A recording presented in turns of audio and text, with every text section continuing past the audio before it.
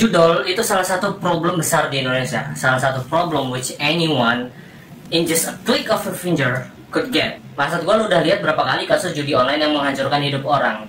Ada ibu yang jual ginjal karena anaknya judol, ada bapak yang jual bayi untuk judol, ada yang kehilangan rumah untuk judol, bahkan ada yang sampai kehilangan nyawa gara-gara judol. Dan semua itu bisa tertimpa kepada lu, keluarga lu, teman-teman lu, which is a click of a finger. Gue gak ngerti kenapa dari dulu Budi Ari itu kayaknya seolah-olah dia bakal berantas judol sampai ke akar-akarnya.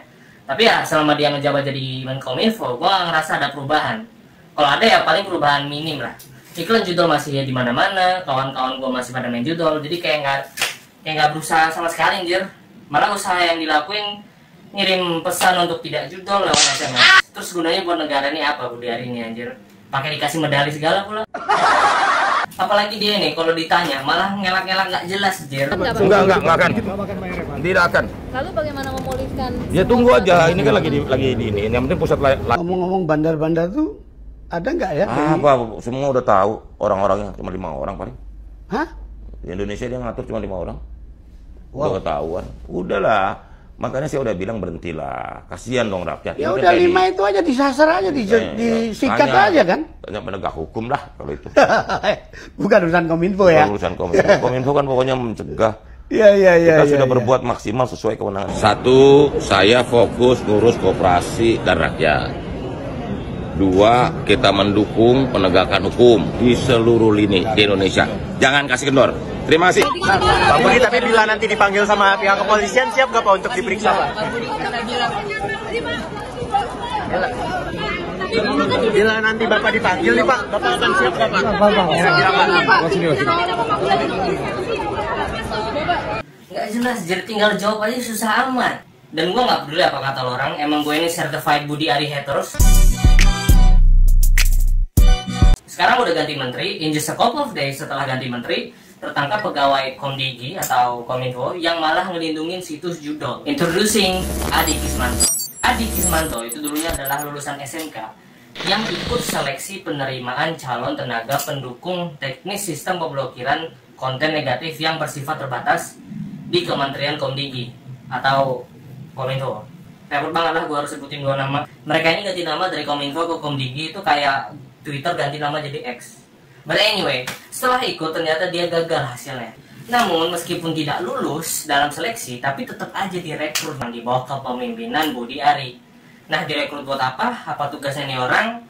Adi ini ditugaskan dan diberikan wewenang untuk memanage pemblokiran website judi online.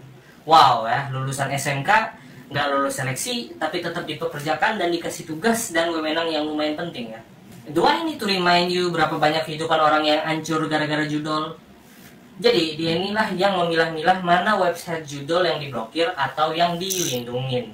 Dan Adi ini tidak melakukannya sendiri. Ada 2 tersangka lain yang mengendalikan mafia judi online dengan inisial AJ dan A. Mereka punya base atau kantor satelit di Ruko Galaxy, Bekasi. Setiap website judol yang mereka lindungin, mereka dapat untung sebesar 8,5 juta per website. Dan dari 5.000 website yang seharusnya diblokir, ada sekitar 1.000 yang malah dilindungi.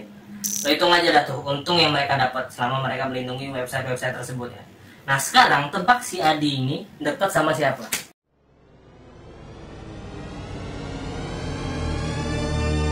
Yup, that's right. Dia cukup dekat sama Budi Ari. I mean, come on, connect the fucking dot, man. Dia nggak lulus seleksi untuk kerja di Kominfo, tapi tetap direkrut di bawah kepemimpinan Budi Ari. Habis itu ditaruh di tempat dan dikasih wewenang yang menurut gua nggak sembarang orang seharusnya punya untuk memfilter dan memblokir situs judol. Setelah menteri berganti dan udah bukan Budi Ari lagi, dia ketahuan ternyata melindungi situs judol, dan usut punya usut ternyata dia punya hubungan dekat sama Budi Ari.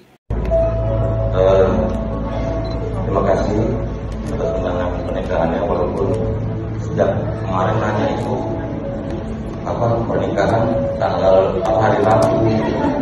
Biasanya orang 1 minggu, cuma tanggal cantik 24/04/2024 ya.